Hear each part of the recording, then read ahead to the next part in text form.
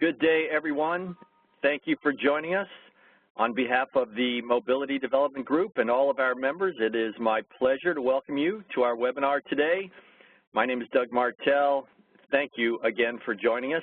We promise that you will find the topic engaging and that we will take less than an hour of your time. We have quite a lot of material to cover, so why don't we go ahead and get started. Before I introduce our keynote speaker, just a procedural reminder. Throughout the webinar, please provide your questions and comments in the Q&A window on the right of your screen, and time permitting, we will answer as many questions as we can at the end of the presentation. Any questions that we do not get to, we'll be happy to answer in a personal email. And again, please feel free to follow up with us if you should have any questions after the presentation. We are very fortunate today to have with us Syed Zaim Hossain, also known as Z. Z is the Chief Technical Officer of ARIS Communications. Z is responsible for the architecture and future direction of ARIS Networks development, programs, and technology strategy. Welcome, Z, and thank you for being here today. Thank you, Doug. Much appreciated. So let me go ahead and get started. Appreciate the introduction. What I'm going to talk to you today, the title of the webinar is Introduction to M2M Technologies, What Wireless or Wired Option is Right for Your Company or Products. Let's just dive right into it and talk about the material. What am I going to cover? I'm going to give you a few slides on ARIS just to put context into your understanding, our experience, and what we're doing in the IoT and M2M arena. And then the rest of the deck, the slide presentation and the webinar is going to be pretty much an overview of what's happening in the IoT and M2M world. One thing to keep in mind is because of the enormity of what's possible, this is only going to be a somewhat superficial look at what's possible and what you should watch out for when you're selecting connectivity providers, etc. Any more detail than that would require extensive follow-on webinars or possibly follow-on questions that you all might have, and we can get to that. So diving right in, first thing, who is ARIS? We're a company located in Silicon Valley, California. We've been providing M2M and IoT services since the mid-1990s. Our customers are typically any enterprise who's deploying M2M for their use or for their own customers' use, where they need connectivity to and from remote devices, and they can receive the data and take business actions based on the analysis of that data. The solutions we provide is an optimized M2M IoT platform. It's connectivity to application enablement all the way from the device all the way to the point of where the data is received and analyzed. And we're currently providing global services around the world, CDMA, GSM, and LTE, pretty much about 150 different countries. Depending on the location, of course, you may have one or more of those technologies available. We have a network of our own, a complete infrastructure reliability, and we're processing well over 500 million messages per day at this point, and it may be even approaching 1 billion messages. We seem to be growing at a rate that's pretty enormous, and that's indicative of the field in general. The markets we serve: healthcare, telematics, consumer auto, monitoring and control, point-of-sale utilities. The platform we have all the way from the bottom of data and voice connectivity, voice in support of the M2M application, all the way up to application enablement, and the services that I mentioned earlier. Over 500 carriers around the world, 2G, 3G, CDMA, and GSM, and 4G LTE as well.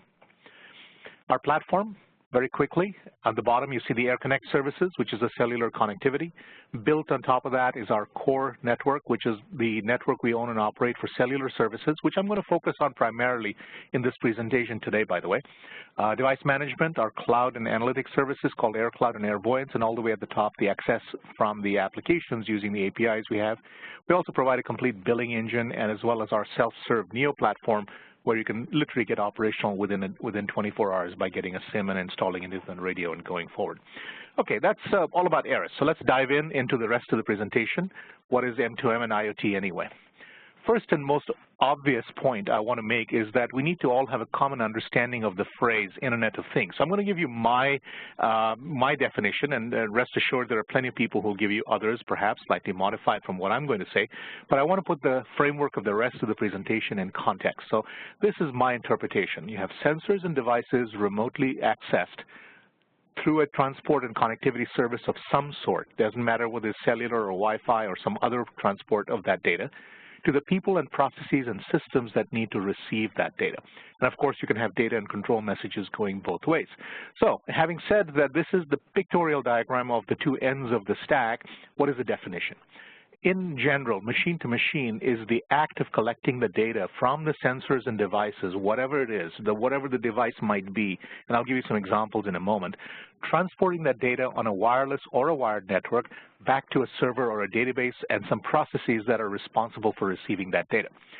I contend that it is the use of that data by businesses, processes, systems, and then eventually human beings, people, who are making informed decisions and taking business actions based on that data, in particular in combination with analyzed data, because in general you're going to have a ton of data coming through, and you need to make sure you analyze the data to use the useful portions of that data. That collectively as a whole is what makes the Internet of Things. Now, I think it's a nice phrase that catches the imagination of people much more so than a machine-to-machine might say. It's the Internet of Things. It's the connections, the business decisions, the actions, the data, the analysis of it that makes it all come together. So on that, in that framework, let's examine some of the applications that are being used for the Internet of Things, if you will. So here's a wonderful chart, a little bit of an eye chart, but it's a wonderful chart put together by Beecham Research that explains how pervasive the concept of IoT and M2M is in our world today. I'm not going to go through, obviously, every one of these items, but let's just look at, for example, the left-hand side, energy, right?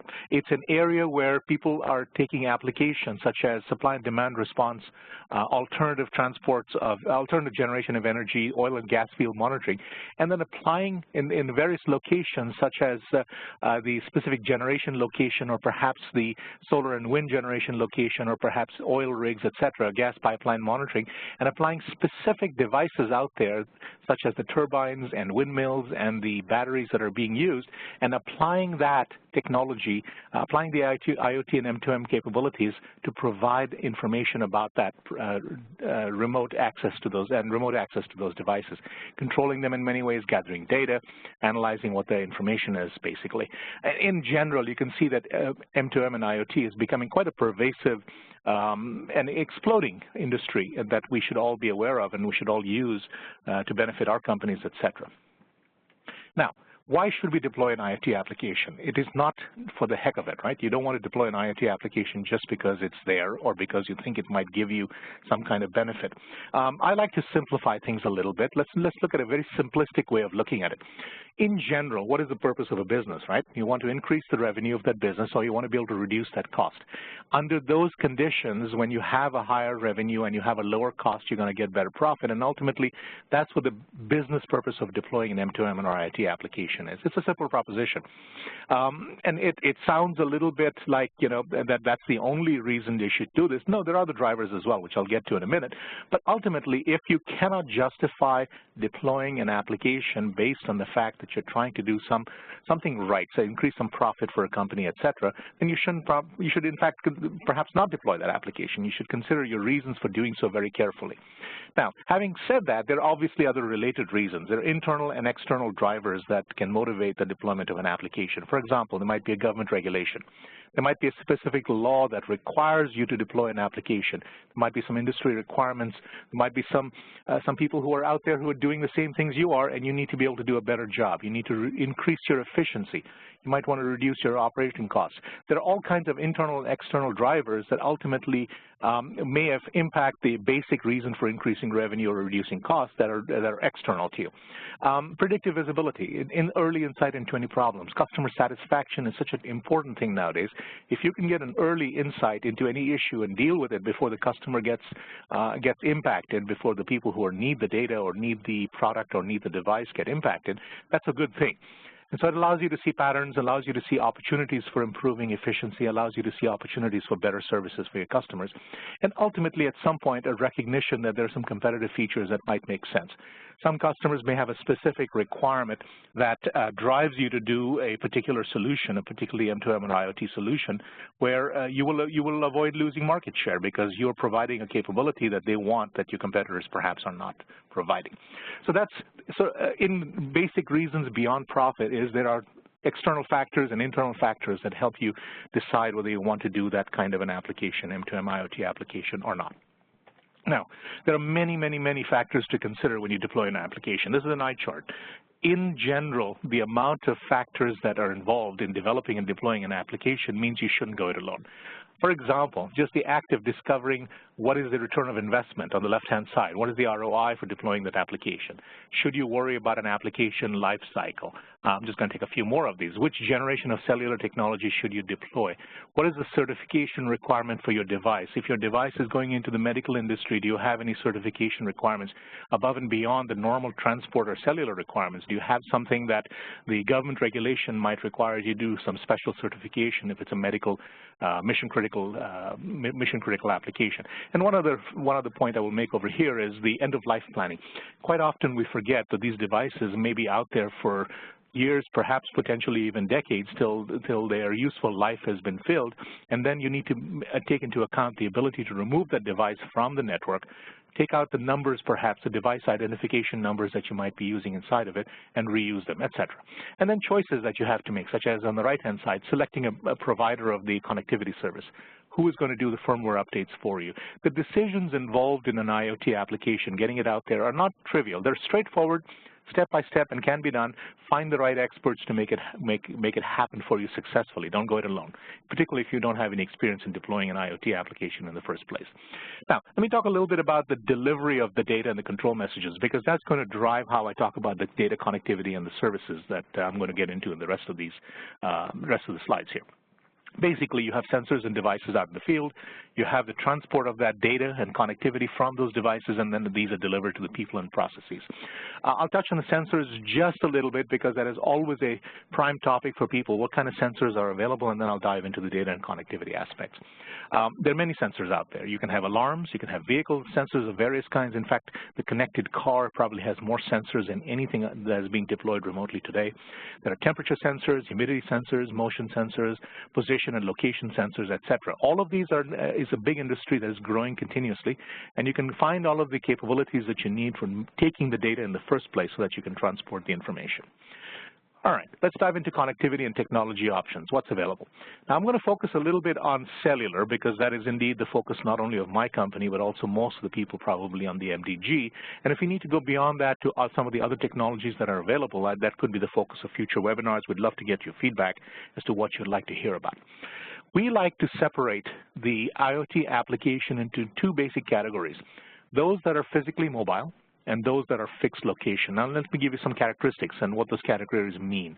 For example, if a device is installed in a moving object, such as a car or an asset that is being tracked on a train, or perhaps it is on a truck and you're doing asset management of some delivery of goods, it is basically physically moving during the operation of that application, that IoT application.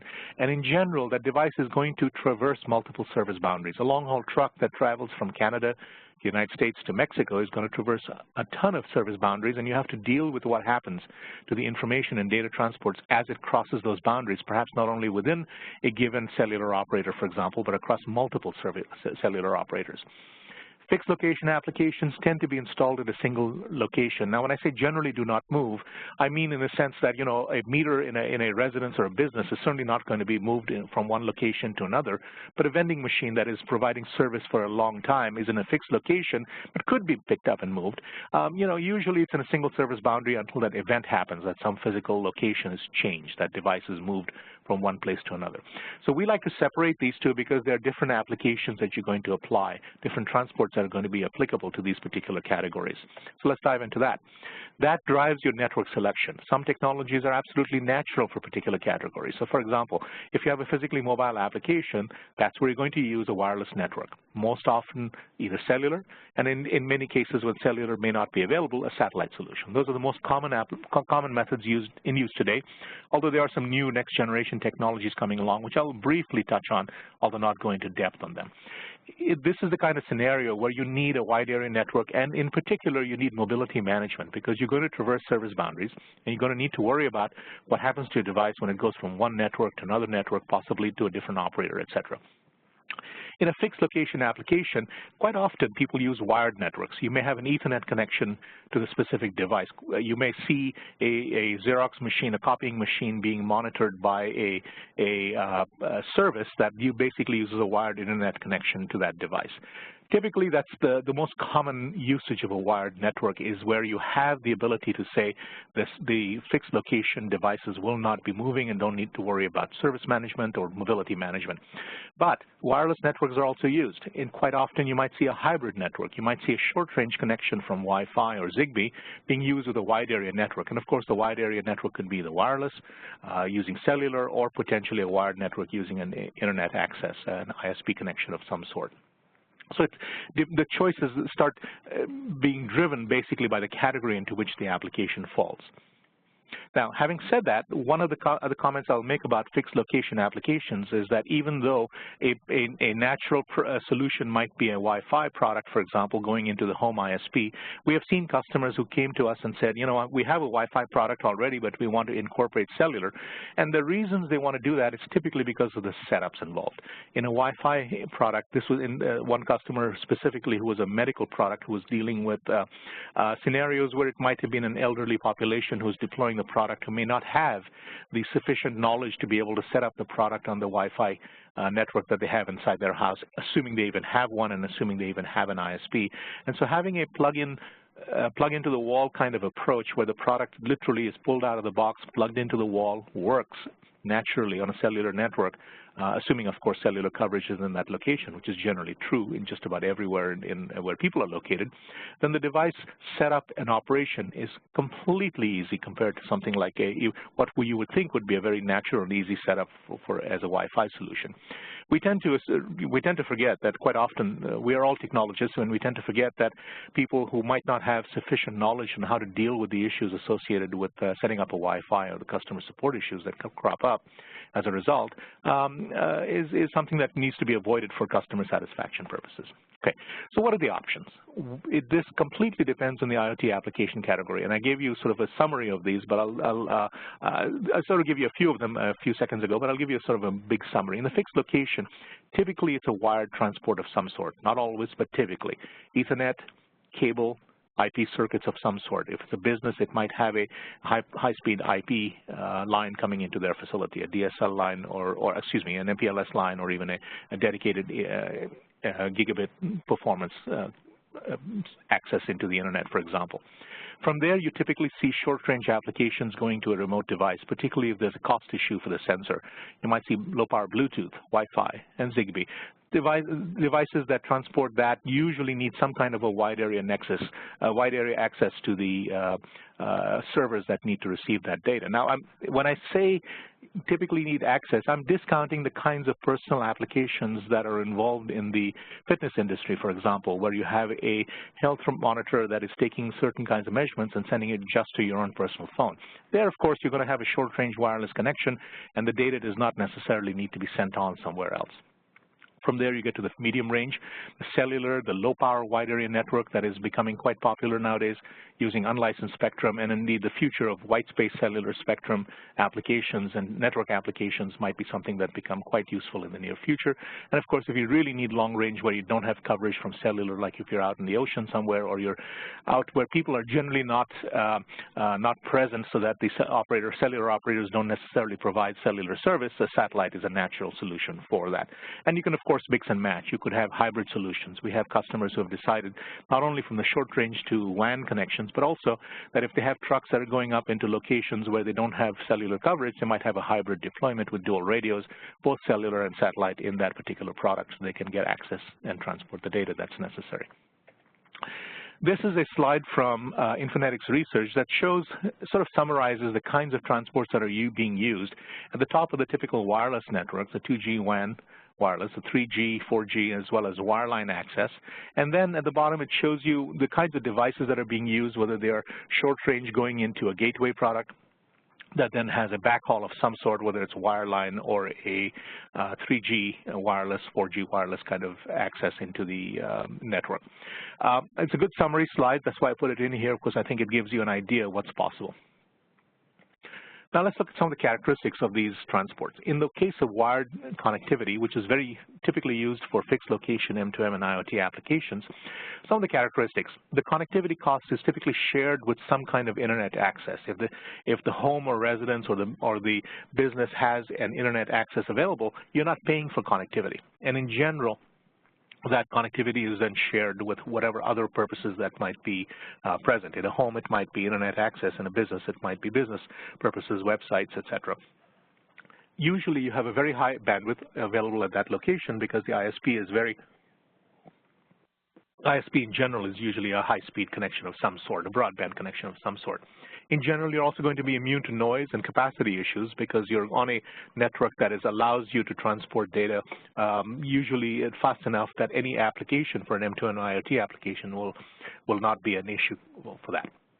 But as I mentioned earlier, some of the concerns, you have to require that the ISP exists or there's some kind of LAN service available, and if that's not there, then you can't use it. The quality of the service, the network availability depends on the ISP. If something goes awry with the data transport, is it because the product failed, or is there some issue with the transport or connectivity? And finally, consumer setups are not necessarily simple, because it takes a little bit of effort to go beyond the normal connections into an ISP using Wi-Fi and having to deal with potential firewalls, et cetera, that would need to be opened up. In some business cases, companies might have rules and requirements for how you get through the firewalls of that corporation. Cellular and satellite connectivity, which are generally required for physically mobile applications, the characteristics are straightforward. Service availability is excellent. People are maintaining those networks for the purposes of allowing people to communicate using handsets and telephony services. And the coverage in cities and highways is excellent. It's just about everywhere that you have people, and this is true almost around the world, just about everywhere that you have people in major cities and highways, you're going to find cellular coverage of some sort. And of course, where you don't have cellular, you can use satellites. The one concern that you might have about this kind of connectivity transport is that the radio generally costs more than other transports. A Wi-Fi radio is going to be less expensive by quite a bit compared to a cellular radio. And of course, there are multiple generations of cellular technology that have been deployed. You have to make choices about which technology you use. And finally, the longevity of that service technology, which is driven primarily by handsets, is something that M2M and IoT devices have to take into account. We're going through some kind of changes in the cellular environment in the United States today, for example, and people need to be aware of what those changes are and accommodate for them, plan for them, understand what would be needed to change the transport as needed later on. In terms of cellular choices, you basically have three choices from a basic technology perspective today. There's GSM, 2G GPRS, which has excellent coverage, and I'm focusing on the United States for coverage at this point, but generally speaking, GPRS is pretty good just about anywhere around the world where you have IP services of any kind on GSM. Be aware that 2G GPRS has a sunset in about a year, certainly with one carrier, although the other major carrier that is supporting 2G GPRS has committed to a far longer deployment, if you will, through the end of this decade, most likely. 3G HSPA has excellent coverage, good coverage in the United States today. Not as good as GPRS, but certainly available in many major cities. And it's going to be superseded by LTE in time. CDMA, 2G 1xRTT, excellent coverage in the U.S. Again, that has a finite longevity. Probably in the next 6 to 8 years, that will also transition to LTE, and same thing is true for EVDO. Excellent coverage in the U.S. from the major carriers, likely to be perhaps removed a little sooner than 1xRTT because LTE is a natural replacement for EVDO. But those are all, frankly, those are all speculations. Those dates are approximate. Now, LTE coverage is improving quite steadily.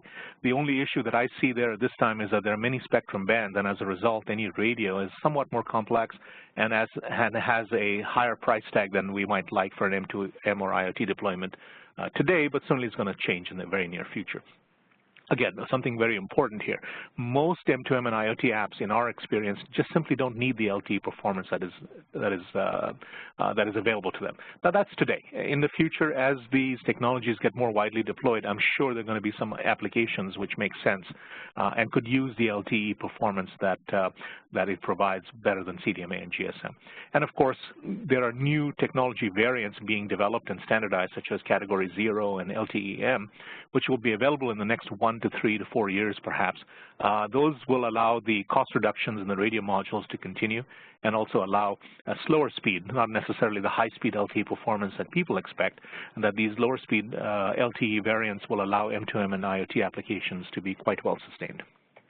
All right, let me talk about cellular and IoT futures. Cellular in general and some of the IoT futures as to why people are so excited about that before we get into the Q&A.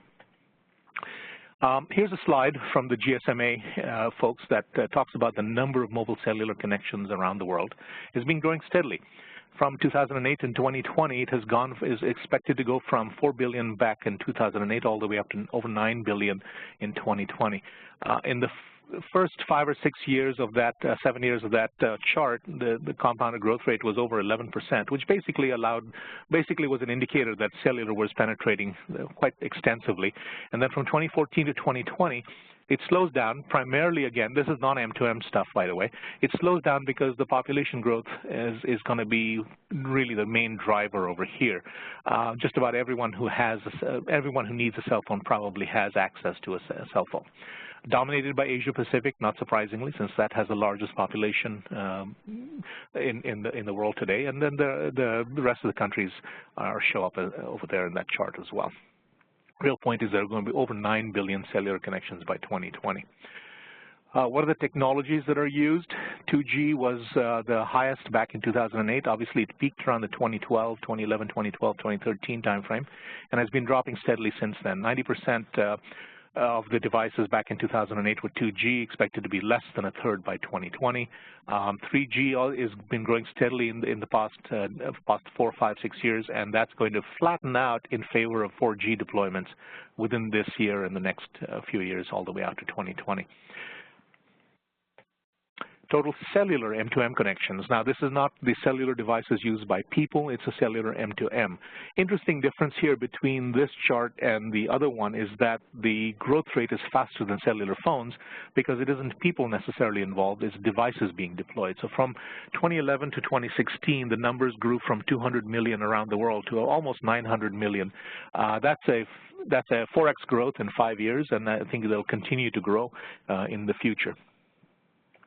If you look at a chart from Cisco, you see that the technologies that are being used have been predominantly 2G in the 2013 to 2014, almost into the 2015 timeframe, and actually into the 2015 timeframe, with 3G coming on strong right around the 2014, 2015 timeframe, and then flattening around the 2017 timeframe when LTE starts kicking in much more strongly than today. So in time, you will see LTE become a predominantly used in M2M, probably around the 2020, 2021, and beyond timeframe. All those charts have not yet been determined by Cisco, and we have not yet analyzed that data as well. Now, M2M and cellular brings a lot more challenges. What are those challenges? Clearly, M2M and IoT is the next big thing, if you will. The issues and challenges that we need to deal with is how do we scale for the expected explosive growth? The bottom left, you see a chart from Cisco that shows that we crossed over the number of devices, smart objects, larger than the population some years ago. And by 2020, they're projecting that we'll see some 50 billion smart objects out there of some sort that need to be monitored, the data needs to be analyzed, etc. The security issues associated with the data content and transmissions, I mean, that's a topic by itself that we could have a long seminar on. In fact, I'm presenting one on that tomorrow.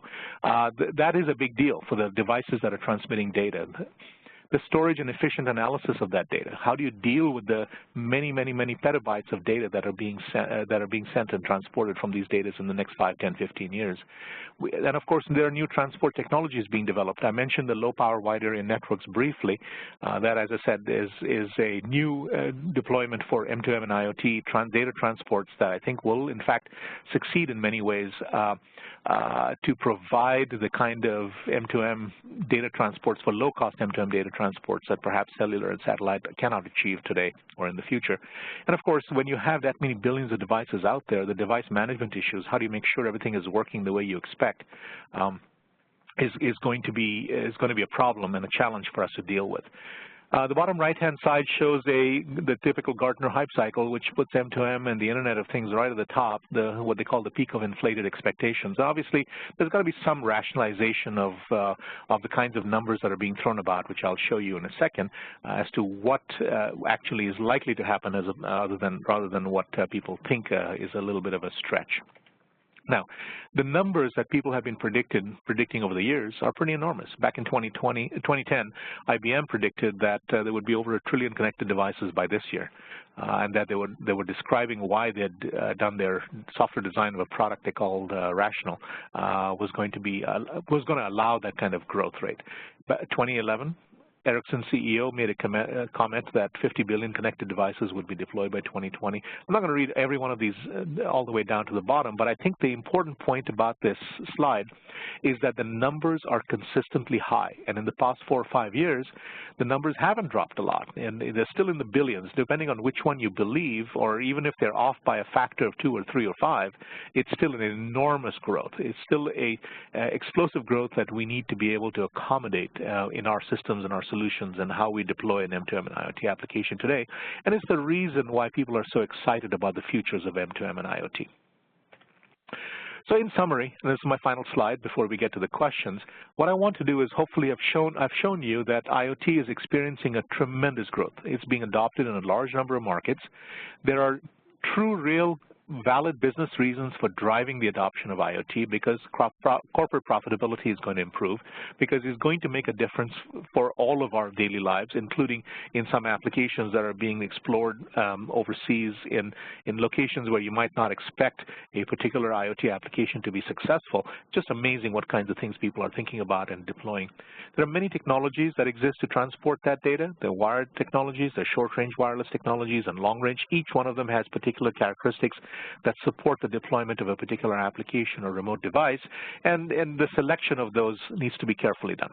That technology choice, it totally depends on which application, what's the data, what is the characteristic, is it a fixed or mobile application, that will drive the selection of the technologies. And of course, the final comment I'd like to point out is that people often ask, why shouldn't I deploy an LTE product today? And my answer is, yes, it's in design phase already for future deployment, because 2 issues, one of which is that the LTE radio prices are still considerably higher than the CDMA and GSM radio prices, but in time, some of the new LTE variants that are in standards development or being developed to right now will become available, drive that radio cost down, and I think LTE will become a predominant M2M technology within the next 2 to 5 years.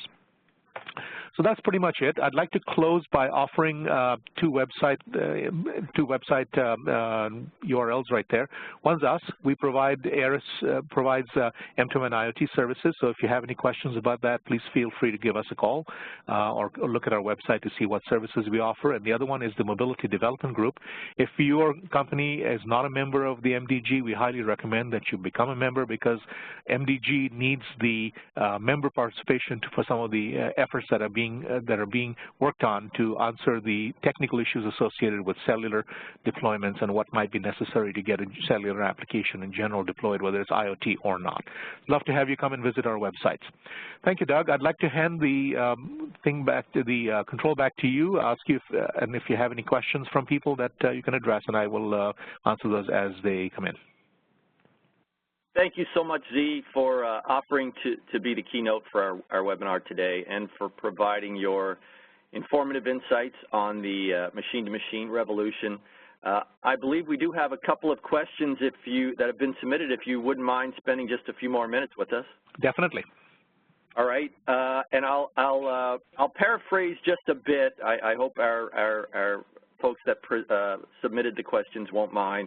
But the first question, if I'm an entrepreneur interested in commercializing a mobile cellular M2M application, where do I start, and what do I need to have in place when I come to ARIS for connectivity? Oh, very good.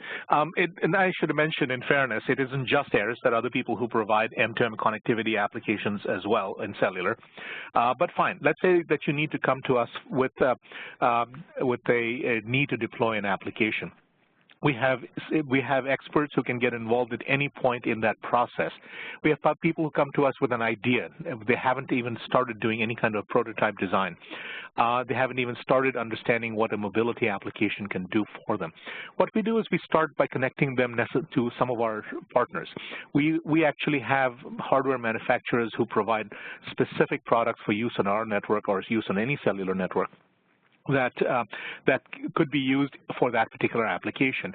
If the application can use a generic platform such as a modem or an external cellular modem of some kind, great. Many applications cannot. A medical application that needs to be tiny or battery powered might require a special custom design, and we have partners who can help people make a product happen. Now let's assume that this particular, the particular person who posed this question is further along, has a product already, would like to get services started. If their device has been certified for use on a network already, if it's a GSM product, they can go onto our website. We call it the NEO website, and literally get a SIM overnight. In 24 hours, you could be up and running, transmitting, without having to sign a contract till you're ready to go to scale. You could approach some of the other cellular carriers for exactly the same thing. Once you get an account and a service and a platform, you can start deploying your units out there. If there is assistance needed, specific engineering assistance needed for testing or certification, we can provide that capability to make sure the device will function well on the cellular network. You always have to test. You have to make sure the device is not going to run away and send too much data based on the pricing models that you have for that particular data, et cetera. So I hope that gives you an overall idea. Contact the experts who can help you, because there are pitfalls that you have to avoid, certification pitfalls. I know of a couple of companies who came to us very late and they'd run out of money by the time they got to the point where they needed to do certification. That's not a good place to be. Thank you, Z. The next question, what types of tests are being performed prior to the deployment of the end-to-end service or deploying individual endpoint mobile sensors or devices? Very good. Let's think in terms of cellular over here. If you look at the requirements, assuming you have a radio module from a provider that has pre-certified their radio module, in general, the certification requirements for that become a little easier if you use a pre-certified radio module. Obviously, if you have a cellular modem, there's almost no certification requirement needed from a cellular perspective. There might be some application certification requirements to make sure the device doesn't run away or retry or have some kind of performance behavior that needs to be changed later on. We do drive tests. For example, a customer comes to us and says, this device is a physically mobile application. We want to have it move through various service providers and service boundaries, and what we do is we'll put the device into a car and drive it. We have a particular pattern that we like to monitor and see what happens to the device as it transitions from one service boundary to another. If the device doesn't use a specific radio module that has already been pre-certified, then I encourage people to really think through what is going to happen over there, because you're going to introduce a significant amount of cost and a significant amount of time to make sure the product works on the network as expected. In general, you can assume that if you're starting from a chipset, you're looking at anywhere between a year, possibly longer, to get the device and product ready and certified onto the network. If you're looking at a radio module being provided from one of the suppliers using existing chipsets from Qualcomm and Intel and others who make the chipsets that go into the cellular network, then in general you have a much more of a leg up in getting your product to market quickly. Thank you, Z. The next question, we already had sub-$5 GSM modules. Right. 3GPP is working on narrowband versions of LTE in the hopes to get to sub-$5, I guess, LTE modules to unlock LTE M2M growth. Do you see a difference that would make LTE for M2M more disruptive? Well, that's a good question, and I'm not sure I can give you an exact answer, but I'll phrase it in the following way. GPRS has seen years of evolution to the point where the cost of those those GPRS modules has been brought down successfully. And also it's a simpler technology. Didn't need as large a chipset, didn't need as complex a support network to be able to provide that service, and so then it's natural for that cost to come down. In LTE, the original deployment of LTE, the chipsets were more expensive, and the radio modules are more expensive, and therefore it has taken time, not surprisingly. And again, the performance requirements of LTE were driven by human handset users, who are smartphone users, who are looking for speeds and performance that required the more complex solutions, the higher category LTE radios. And in time, the recognition that there is a need for lower speed, lower performance LTE has made these category 0 and the future LTE M M2M as well as the narrowband IoT solutions that are being proposed, LTE solutions that are being proposed, viable. And the prices will come down. Will LTE radios get down below GSM GPRS prices as they exist today? I'm very hopeful that they will. It's going to take some time. It won't happen overnight, but the scaling of that is natural in this industry means that it will happen. By the way, I don't know if people are aware that GPRS radio prices have flattened in the past 6 months to a year, year and a half. They haven't gone down much dramatically anymore because the number of M2M applications that are using GPRS are simply not growing as rapidly as you're going to see 3G and better yet, 4G solutions that come out in the near future. Thank you, Z. Our next question, there are many service layer options to choose from. Do you have any insights or advice on best practices? Service layer options. So let me suggest that the person expand on that a little bit because I'm not entirely sure what that question is asking about. If they're talking about using SMS or IP or something else, then yeah, there are various kinds of services that are available. So if we can get a little bit more of an expansion on that question, what do they have in mind when they say service layer options? I'd love to hear that. And that's a very good point, Z. So if I could ask the person that submitted that question to please send us an email, and we'd be happy to make sure that Z follows up on that one. And then, Z, the final question that we have, some M2M applications require a high degree of security, like health and automotive. Do you have any thoughts on device or communication security? That's a darn good question, and frankly, the topic of yet another webinar, most likely. I'm doing one tomorrow on the topic of securing the Internet. This is a big issue. It's not going to be something I can address very simplistically today, but let me address it very lightly and ask people to consider going to our website and signing up for the webinar that we're doing tomorrow with the IoT M2M Council. The concept of making sure that the data, the content, the access to the device is limited as necessary is something that's extremely important. And what we like to say is that security should be built in as a design feature from the start. It's not something you want to think about after the design is already done, after the application has been developed, after the firmware has been deployed out in the field. It's something you want to think about ahead of time, but only put in the right degree of effort into that as is warranted by the application experiencing what I call a security breach. In other words, if a breach occurs and a device is accessed without consequence or without a high degree of impact to a human being or multiple regions in a country or something like that, then that changes the kind of security implementation you might do. I'll give you a hypothetical example. If I have a device in my home that's measuring the temperature of my house, of what value is that data to somebody? So if it is something that it's just something I'm concerned about privacy, I might choose to do a certain level of security implementation of encrypting that data or obfuscating that data in a way that is meaningless to somebody. But if it's a control of a switch or if it's an access to a vehicle, I might want to think in terms of a far more secure solution at any point in the chain, whether it's a device or back in the chain somewhere, who has access to that data, etc. I'm going to put in a high degree of security implementation, meaning that I'm going to perhaps encrypt the data. Perhaps I'll make sure that the data transport through the network is not accessed by people who don't need to know. Perhaps I'm going to make sure that the end point where that data is received is highly secure. The servers are much more protected. Maybe I use a VPN or encrypted access into the Internet. All of those factors will depend very strongly on the specific needs of the device and the specific application in terms of what's the damage based on the breach that it might occur. If a human being's health or fatality could occur, health is involved or a fatality could occur, I would be much more careful than if I was just sending, as I said, a small amount of data from somebody, from some device that is measuring temperature or something like that. That choice of how much encryption you put in can drive cost. For example, a remote device that has to have the processor capacity to be able to encrypt the data is certainly going to be a little higher cost than a device that doesn't need to have that kind of a processing capability. Big topic, webinar by itself probably, Doug. We need to cover that.